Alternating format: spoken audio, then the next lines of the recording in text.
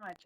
We'll call this meeting to order at 2:01 p.m. on 10/27/2021. I'm Dr. Carol Mountain. I'm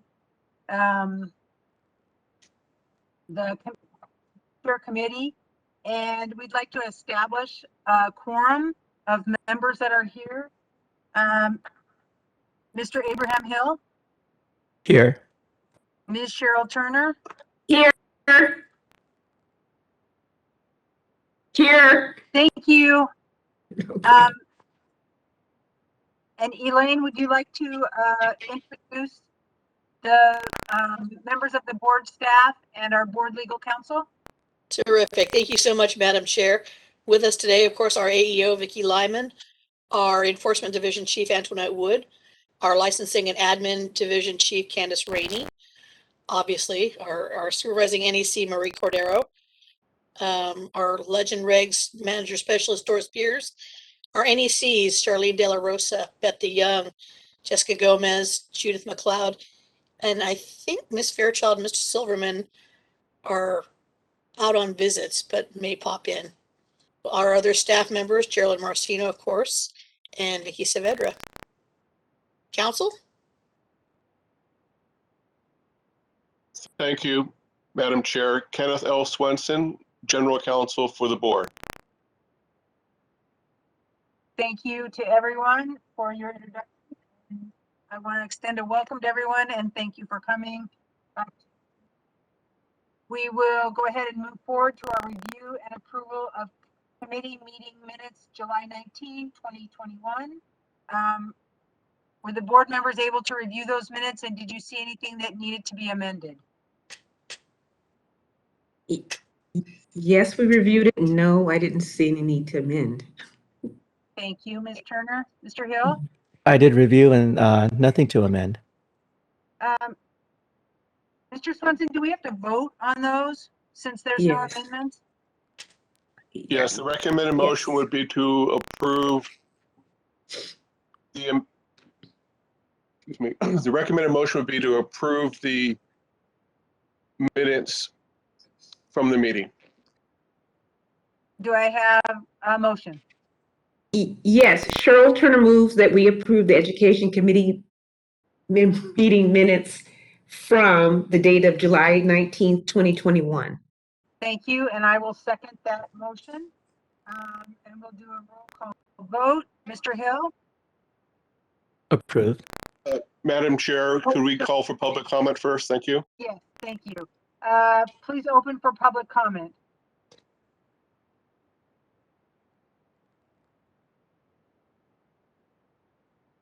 This is the moderator. I see no hands raised or questions in the Q&A. Thank you. At this time, or wait a second. Yeah. Thank you. Since there were no hands raised, roll call vote. Mr. Hill? Yes. Ms. Turner? Yes. And I'm a yes. It's unanimously approved. Okay, we will move on to discussion and possible action to make recommendations to the board on program approval process to implement AB 1536. Ms. Yamaguchi. Thank you, Madam Chair. And actually, we can do 5 and 6 pretty much simultaneously. At this point today, per our Sunset Renewal Bill, AB 1536, the staff has prepared the draft of the bulletins to go out to the public, first on the program approval process and second on the new school fees. So the drafts have been posted on our website, and I actually sent out a quick note to the board members, all the board members, just a bit ago with the links and actually with the text of the email that's going to go out to our entire listserv, and of course the mailing list that the Education Division has of all the programs and the proposed programs. So there's we hope to put this in front of the board as a whole on the 19th, and from there, hopefully the board will be able to approve this, and we will be able to proceed as of the active date of the bill, January 1. If I could answer any questions.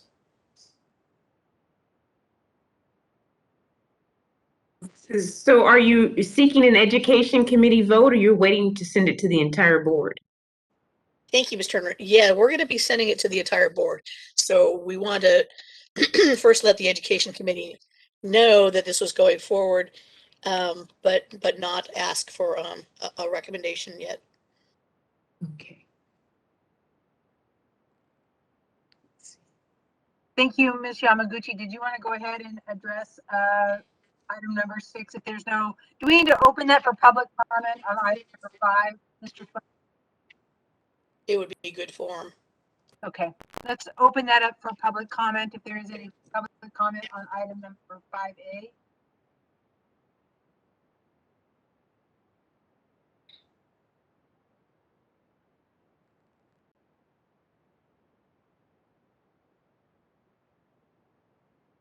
I see no hands raised at this time and no questions in the Q&A. Thank you. Then I believe that we can move on to item 6, discussion and possible action to make recommendations to the board on program fees process to implement AB 1536. Ms. Yamaguchi. And this is pretty much the exact same as item 5 and 5A. Should we again open that? I again open that for public comment on number 6.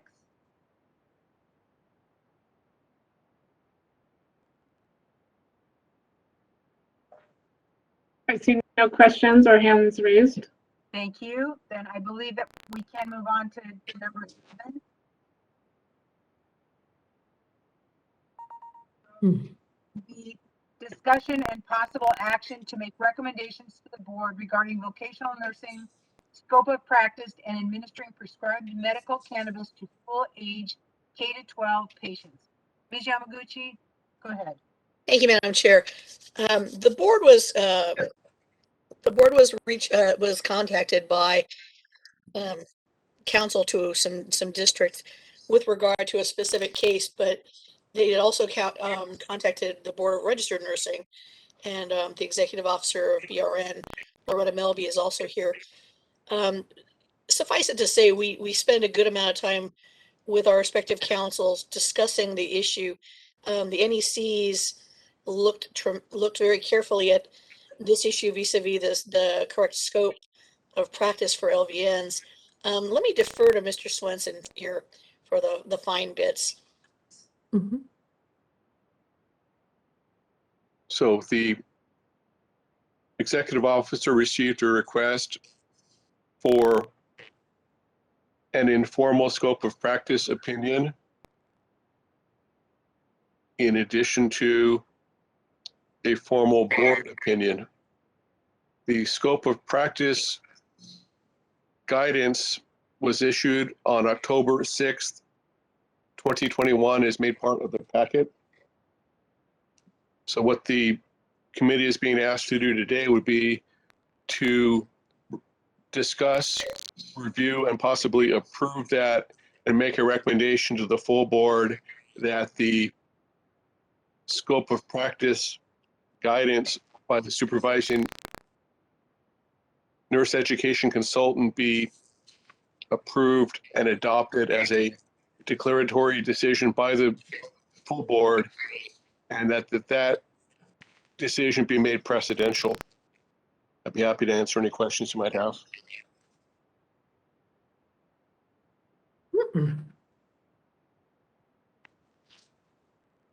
Well, this is Cheryl Turner. Thank you for bringing this interesting case and issue to the board for their opinion.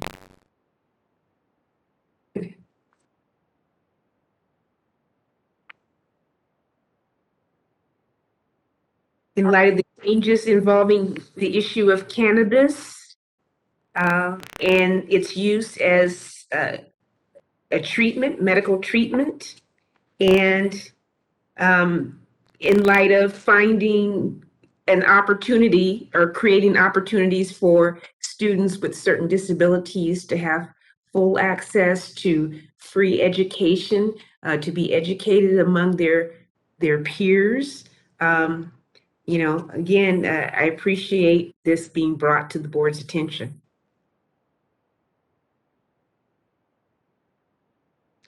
Thank you, Ms. Turner. I agree that this is an important topic. And I just want to thank Ms. Cordero for all the work she did. I really appreciated agenda item 7A and how you put that all together for us. And thank you very much. So, Ms. Cordero, would you like to proceed on the statement that your team worked on, please? Yes, thank you. The question was posed to us, does a licensed vocational nurse commit misconduct subject to disciplinary action when the nurse administers medicinal cannabis to a qualified patient student on a school campus pursuant to a physician's care plan or treatment plan? And our response is that under the circumstances that were described to us, the LVN would not commit professional misconduct subject to any disciplinary action by administering the medicinal cannabis to the student at the school during school hours pursuant to a physician's order, recommendation, or treatment plan.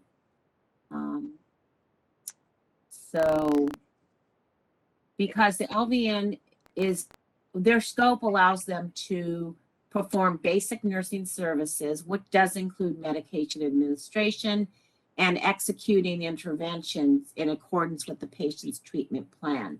So we are of the opinion that this would be okay, and we concur with Ken, and we say that this is okay. This is Ms. Turner, and that's under the supervision of a licensed physician or registered nurse? Yes, Cheryl, that is correct. Thank you. Okay. Madam Chair, if I may, to Elaine Yamaguchi, our EO Melby from the BRN is also, as I said, on the call. And if you would like to ask her questions, I know that her board has been working on this as well. Thank you for coming, Ms. Melby. We appreciate it. And I just wonder if you can just share quickly. I was at one of the board meetings. If you could share quickly what you guys were working on at your board, we'd appreciate it, because there's definitely that crossover to this board. Absolutely. Thank you for giving me the opportunity to do this. Working with both boards, legal counsel, and both EOs, myself and Elaine, we looked at what our routine responses are, because we do get these questions asked to our nursing education consultants on a routine basis. And it has been decided and recommended out by the NECs that this is absolutely within the RN scope of practice. We don't typically opine on LVN scope of practice. We usually send them over to your board for that. But it is well within the practice of nursing. And underneath our Business Professions Code 2725 and the Nurse Practice Act, any nurse can administer any medication through any route as long as they're competent. And of course, underneath the physician's order, if they're not a provider themselves.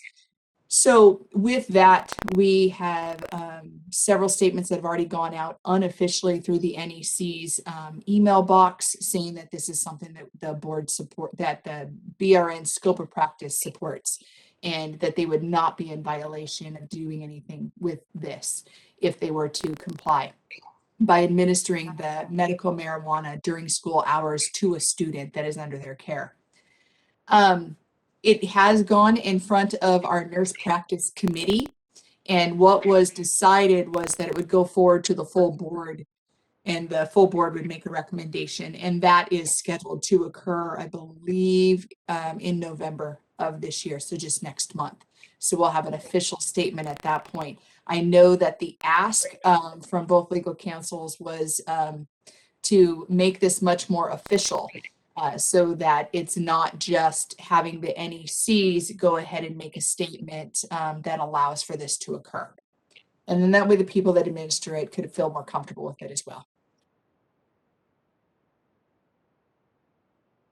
Thank you. And our board dates are November 17 and 18, if anybody was interested and wanted to come back and see how this moves through our board. Thank you so much. Are there other questions from the board members for Ms. Melby?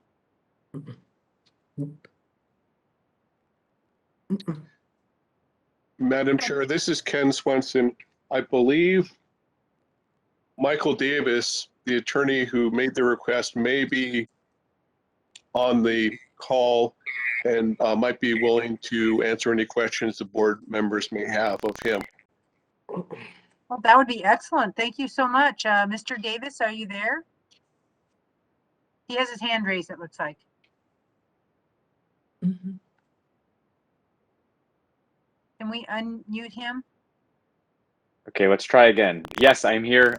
Thank you all for considering this issue and for all the thoughtful consideration put into it thus far.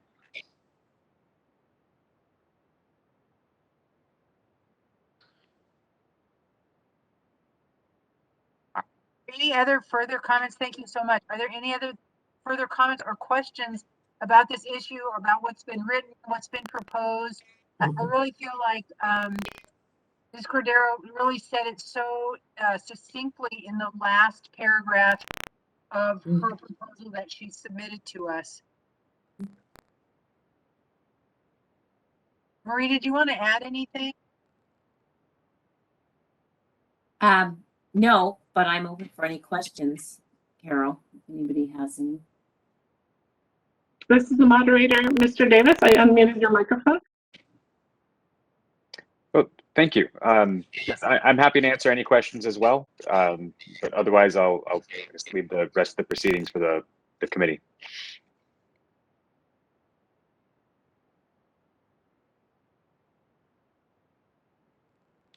Since there doesn't seem to be any questions from the board members, should we open this for public comment? Madam Chair, perhaps the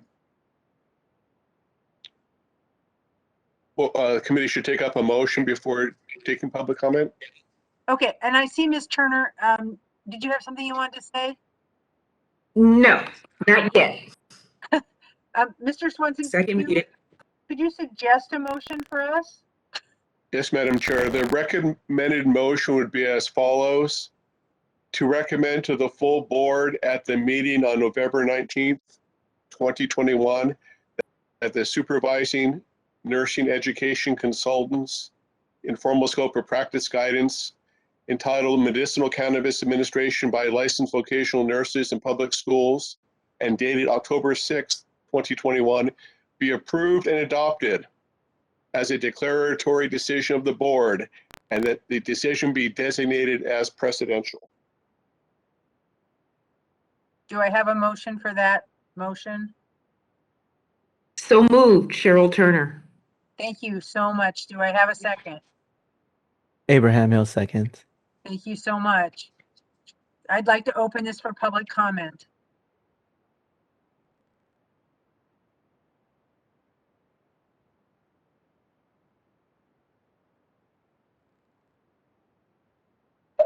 Mr. Davis, I unmuted your microphone. Oh, my comment would just, I guess, support the committee's actions in here. I have no further comment.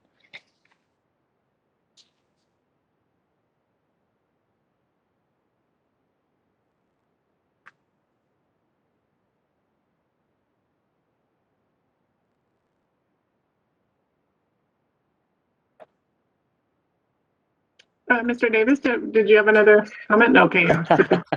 I'm sorry. I had the hand continued to be raised. Okay. I should have put it down. My hand is down now. Thank you. Okay, thank you. Are there any other further comments from the public?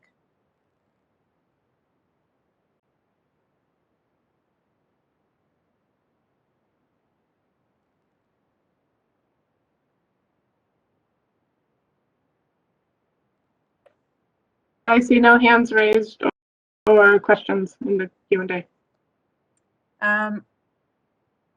Having been moved and seconded, I'd like to move this to a vote of the committee members. Mr. Hill, Yes. Ms. Turner, Yes. and I am a yes, so it is unanimously passed. And that will be moved to the full board. Recommended to the full board. All right. I believe we're to item number. Dr. Mellon, your voice faded out. Oh, I'm sorry. To move on to number 8, updates from the division's quarterly activities. Ms. Cordero? Thank you, Carol. I heard you. I will be presenting to the board meeting a more formal report, but I just like to, for the Education and Practice Committee, I'd just like to highlight 3 issues, some of our challenges, successes, and some ongoing training. So we've been, as you know, gearing up here, and Elaine addressed the AB 1536, the program approval process. It involves the education department quite heavily. So we do plan to, prior to the proposed program submitting their packages, we have several training sessions are scheduled. We want to be able to help and train these programs as they prepare for submission of their package. We want their packages to be very, very clean so that we can start working on them right away.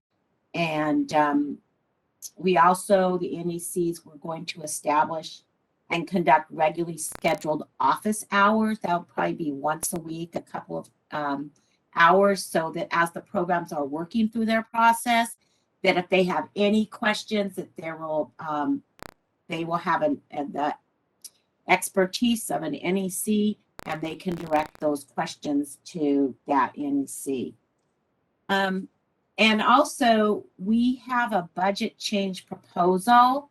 We submitted it to hire 2 additional NECs and 1 AGPA to assist with the application process.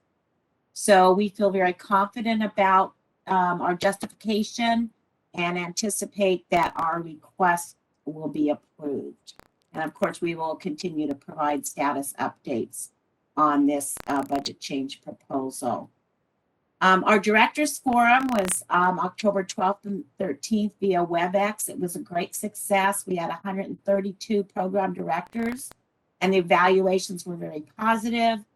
The directors enjoyed the new format, especially the breakout sessions, and their comment was that they wanted more time to be devoted to those breakout sessions.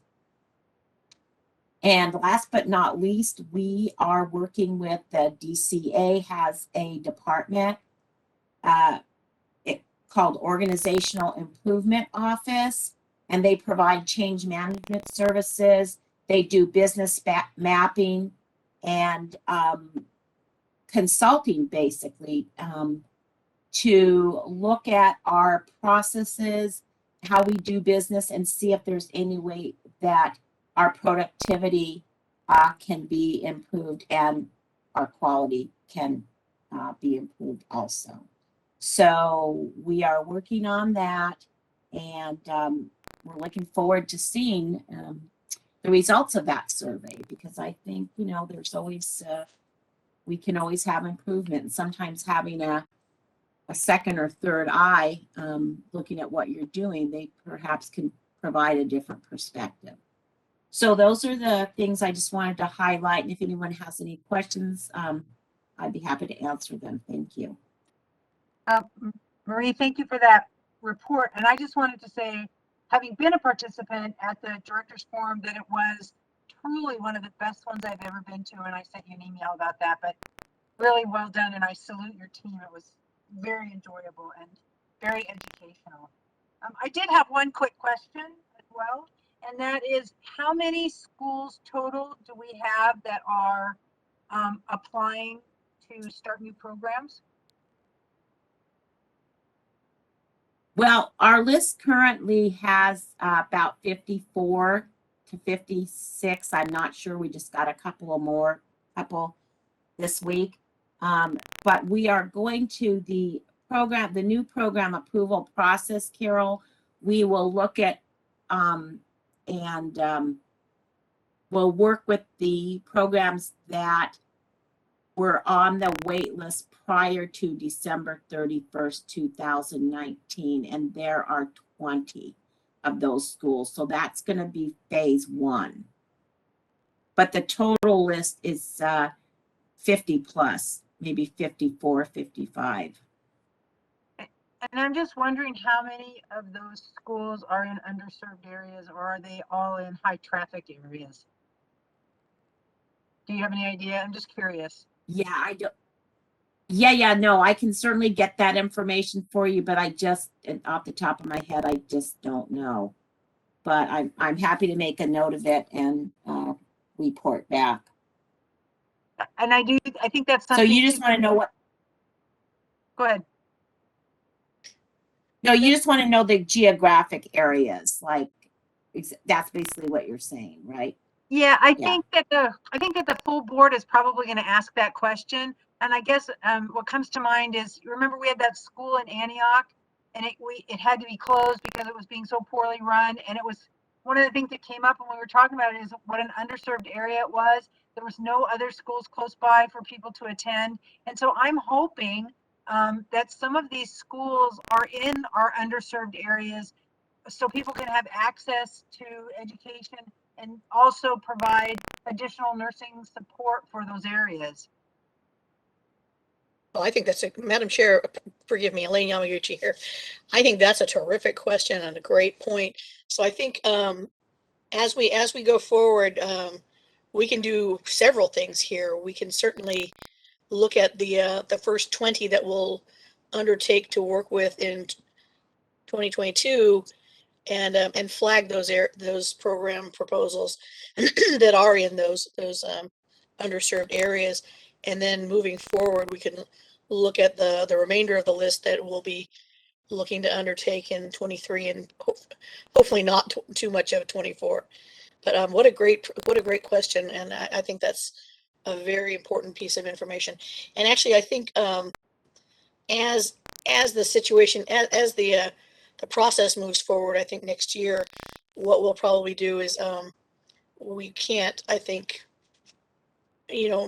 differentiate because right now with in the selection process, we can't score them differently, but we can certainly make a note of those programs and as they kind of go forward. So I think that's a wonderful point. Thank you. I have one other comment too. I really appreciated the idea that you're educating the people that are starting these programs so that they have a better understanding of the expectation of what is involved in staying a viable program. So once again, kudos to the staff for recognizing we can start from the beginning and help these people be on the right path from day one instead of falling off the path and having to be remediated. So I think it all sounds good to me. Are there any other comments from the board members?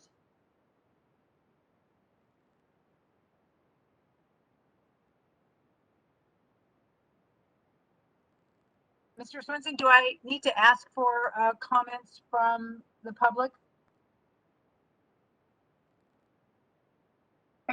Well, I'm with ATA College, and San Ysidro Health has bought out Mountain Health, and so they're one large entity now, and they've come to me, when are you going to have us some LVNs? And so, I do have community support behind me, and we are in an underserved area in pretty desperate need. So my question is, the ones that have been on the list for a long time, are we doing a submission prior to January the 3rd, or does that fall into the new programs that are on the list? That's for anyone who could answer.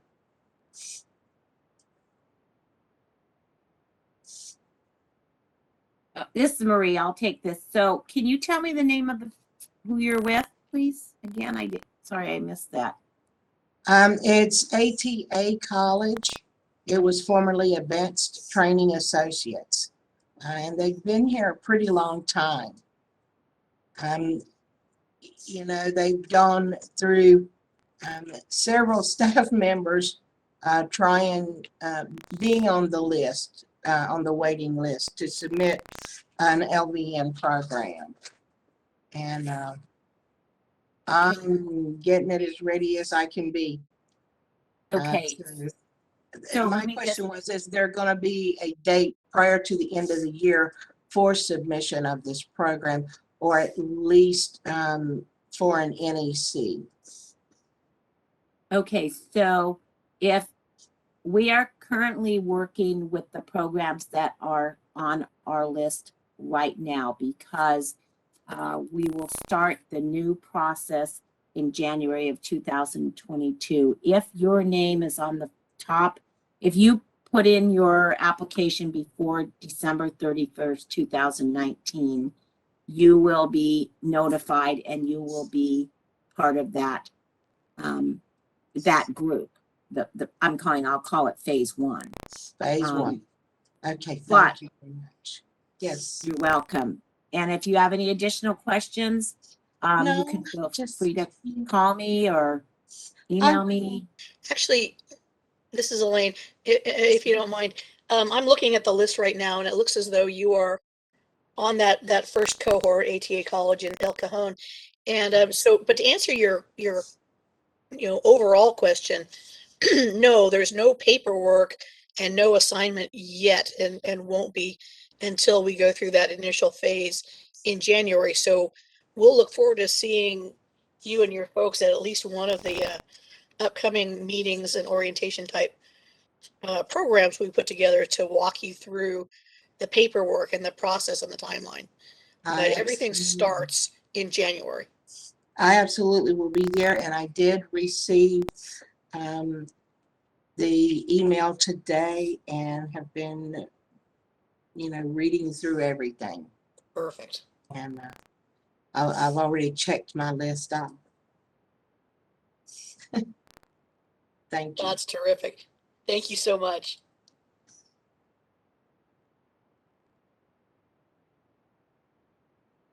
Any other public comments?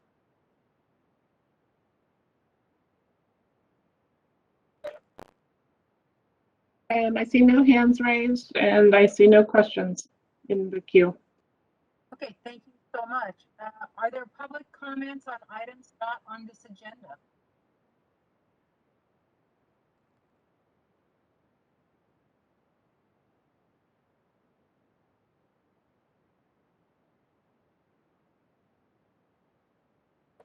I see no hands raised or questions in the queue for agenda item 9.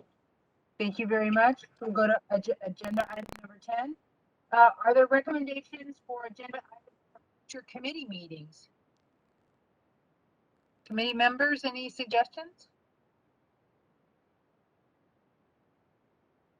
None for me at this time. Thank you. Yeah. Marie, will you schedule the next education and practice committee meeting? Or do we do that here? No, we can go ahead and schedule it. Yes, I will go ahead and take care of that. Okay, Thank you, Carol. Thank you so much. I believe that our next item number 12 is adjournment, and we will adjourn. I want to thank everybody for coming here and for your participation. And we will adjourn at 2:35 p.m. on 10/27/2021. Thank you so much. Thank you, everybody.